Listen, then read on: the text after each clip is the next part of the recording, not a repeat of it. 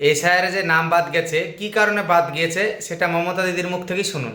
ধরুন আমার নাম মমতা, বাংলায় ম তয়াকার, ইংরেজিতে আমি MAMOTও লিখতে পারি, আমি MAMATও লিখতে পারি, আমি MAMATEও লিখতে পারি।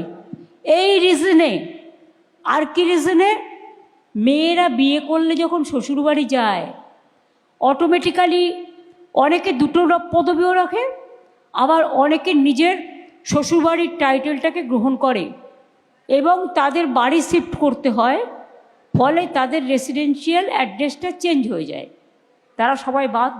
Anti women, this Narendra Modi আর Amit Shah and BJP is anti women and ভ্যানিশ কুমার অলসো।